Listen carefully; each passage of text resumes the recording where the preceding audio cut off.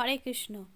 সন্ধ্যা প্রদীপের সময় এই নিয়ম মেনে চললে লক্ষ্মীর আশীর্বাদে ফুলে ফেঁপে উঠবে জীবন। হিন্দু ধর্মে পূজা অর্চনা বা কোনো শুভ অনুষ্ঠানে, উৎসবে, এমনকি পিতৃতর্পণে প্রদীপ প্রজ্বলিত করা অত্যন্ত শুভ। শাস্ত্রমতে প্রদীপ প্রজ্বলিত না করলে কোনো পুজোই কিন্তু সম্পূর্ণ হয় না। স্বাভাবিকভাবেই পুজোর ফলাফলও পাওয়া যায় না। আবার বাস্তুশাস্ত্রে অনুযায়ী বাড়িতে নিয়মিত প্রদীপ জ্বালালে পরিবারের সুখ সমৃদ্ধি বজায় থাকে।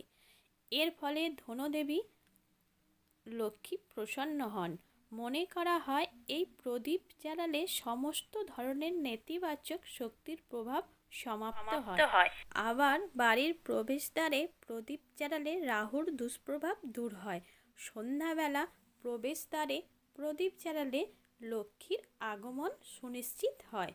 ফলে পরিবারে সুখ সমৃদ্ধি বজায় থাকে। তবে সন্ধ্যাবেলা বাড়িতে প্রদীপ জ্বালানোর সময় কিছু বিষয় মেনে চলা উচিত। কি সেগুলো তা জেনে নিন। সন্ধ্যাবেলা প্রদীপ প্রজ্বলিত করতে ভুলবেন না। বাস্তুশাস্ত্র অনুযায়ী সন্ধ্যাবেলা প্রদীপ প্রজ্বলিত করা অত্যন্ত শুভ বলে মনে করা হয়। সন্ধ্যাবেলা প্রদীপ জ্বালালে বাড়িতে লক্ষ্মীর আগমন হয়। এর ফলে সমস্ত নেতিবাচক শক্তি দূর হয়, সমৃদ্ধি বৃদ্ধি। বাড়ির প্রবেশদ্বারে প্রদীপ প্রজ্বলিত করলে সমৃদ্ধির আগমনের পথে সমস্ত বাধা দূর হয়। এর ফলে বাড়িতে লক্ষ্মীর আগমন হয়। প্রবেশদ্বারে প্রদীপ জ্বালালে মা লক্ষ্মী খুশি হন। পূর্ব দিকে রাখুন প্রদীপ। বাস্তুশাস্ত্র অনুযায়ী প্রবেশদ্বারের প্রদীপ এমন স্থানে রাখা উচিত যাতে বাইরে বেরোনোর সময় তা ডান দিকে থাকে। প্রদীপের শিখা থাকবে উত্তর বা পূর্ব দিকে। পশ্চিম দিকে কখনো প্রদীপ জ্বালাতে নেই। বাড়ির প্রবেশদ্বারে প্রদীপ প্রজ্বলিত করলে রাহু দোষ দূর হয়। রাহু দোষে জীবন জর্জরিত থাকলে কোনো মন্দির বা তুলসী গাছের তলায় প্রদীপ জ্বালাতে পারেন। এর ফলে রাহু দোষ থেকে মুক্তি পাবেন, পাশাপাশি অন্যান্য কষ্ট দূর হবে।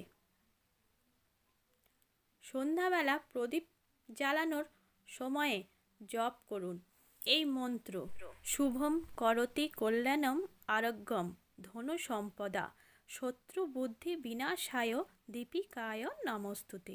দীপজ্যোতি পরম ব্রহ্ম দীপজ্যোতি জনার্দন দীপ হরতু মে পাপং সন্ধ্যা দীপ নমস্তুতে। প্রদীপ প্রজ্বলিত করার সময় মন্ত্র জপের মাহাত্ম্য। হিন্দু ধর্মে মাঙ্গলিক কাজের সময়ে মন্ত্রোচ্চারণ করা হয়ে থাকে। কোনো শুভ কাজের সময়ে মন্ত্র উচ্চারণ করা আবশ্যক।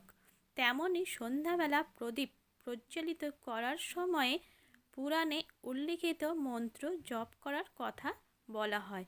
এই মন্ত্রোচ্চারণের মাধ্যমে প্রদীপ প্রজ্বলিত করলে জীবনের লাভ অর্জন করা